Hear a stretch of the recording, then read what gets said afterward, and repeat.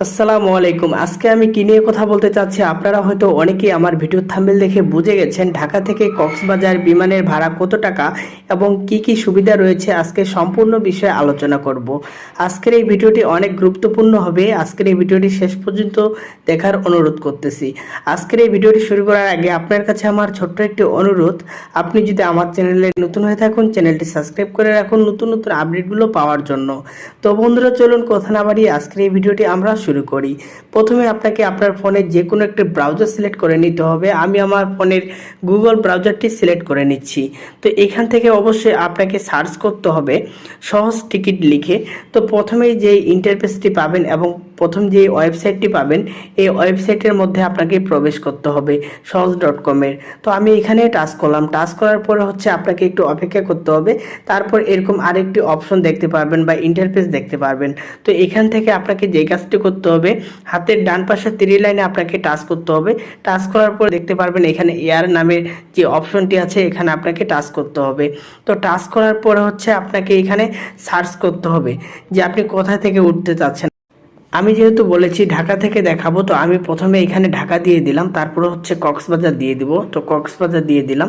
তো এখান থেকে আমি একটা তারিখ সিলেক্ট করে দিলাম, 30 তারিখ। তারপরে এখানে নিচে থাকা ডনে আপনাকে টাচ করতে হবে। টাচ করার পরে আপনাকে এখানে সার্চ করতে হবে। তো সার্চ করার পরে কিন্তু আপনি এখানে দেখতে পাবেন অসংখ্য বিমান এখানে শো করাবে যে আপনি কখন যেতে চাচ্ছেন এবং সেই টাইম অনুযায়ী কিন্তু আপনাকে টিকিট কাটতে হবে। দেখুন এখানে প্রথম যেই বিমানটি রয়েছে এটা 17টা বাজে ছাড়ে। 17টা অনুযায়ী এটা ইংলিশ টাইম বলা হয়।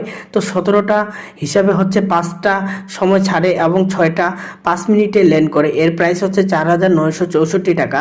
তারপরে আরও বিমান রয়েছে 7টা 20 মিনিটে ছাড়ে সকালে এবং 8টা 25 মিনিটে পৌঁছায়। এরকম অনেকগুলো বিমান রয়েছে। আপনার টাইম অনুযায়ী কিন্তু আপনারা টিকিট কাটে নেবেন। তারপর আপনি যে বিমানটির টিকিট কাটতে চাচ্ছেন সেই বিমানের উপরে আপনারা টাচ করবেন। টাচ করার পর আপনাকে যে কাজটি করতে হবে, এখানে দেখতে পারবেন যে আপনি কত কেজি পর্যন্ত নিয়ে যেতে পারবেন, 20 কেজি এবং 7 কেজি ক্যাবিনে। তারপর আপনাকে এখানে ডন দিতে হবে। তারপর এখানে আপনাকে রেজিস্টার করে নিতে হবে। আপনি যদি একবার নতুন হয়ে থাকেন তাহলে আপনাকে এখানে ক্রিয়েট অ্যাকাউন্ট করতে হবে। তো এখান থেকে আপনার first name, last name, phone number, email, আপনি ছেলে নামে, তারপর আপনার পাসওয়ার্ড দিয়ে কিন্তু আপনাকে সাইন আপ করে নিতে হবে। আমার যেহেতু সাইন আপ করা আছে তো আমি লগ ইন করে নিব। তো দেখুন আমারটা আমি লগ ইন করে নিলাম। তারপর আপনারা এরকম একটা ইন্টারফেস দেখতে পারবেন। তারপর এখান থেকে আপনাকে যে কাজটি করতে হবে, ডনে আপনাকে টাচ করতে হবে। টাচ করার পরে এরকম ইন্টারফেস দেখতে পারবেন। তো এখান থেকে আপনাকে পেমেন্ট করতে হবে এবং এখান থেকে রিভিউ ডিটেলসে যাওয়ার পরে আপনি দেখতে পারবেন যে এখানে অবশ্যই আপনার তথ্যগুলো সিলেক্ট করে দিতে হবে। তারপর আপনার জন্ম তারিখ সিলেক্ট করে দিতে হবে এখান থেকে। তো দেওয়ার পরে আপনার একটা ফোন নাম্বার দিতে হবে। দেওয়ার পর রিভিউ ডিটেলসে দেওয়া লাগবে। তো কনফার্ম করার পরে কিন্তু আপনাকে পেমেন্ট করতে বলবে। অবশ্যই বিকাশ, রকেট, নগদ এবং ভিসা বা মাস্টার্স কার্ডের মাধ্যমে কিন্তু আপনি পেমেন্ট করতে পারবেন। তারপর আপনার টিকিটটি কিন্তু কনফার্ম হয়ে যাবে। যেহেতু আমি আপনাদের দেখানোর জন্য ভিডিওটি বানাচ্ছিলাম, তো আমি আর টিকিট কাটবো না, শুধু আপনাদেরকে দেখালাম রিভিউ করে। তারপরে আপনার এই টিকিটটি কোথায় পাবেন, তারপরে দেখতে পারবেন যে হাতের ডান পাশে উপরে আপনার নামের উপরে আপনাকে টাচ করতে হবে। টাচ করার পরে দেখতে পারবেন মাই বুকিং নামে অপশন পাবেন। তো এখানে কিন্তু আপনার টিকিটটি দেখতে পারবেন। তো এই টিকিটটি নিয়ে কিন্তু আপনি ভ্রমণ করতে পারবেন। আশা করি আপনারা বুঝতে পারছেন।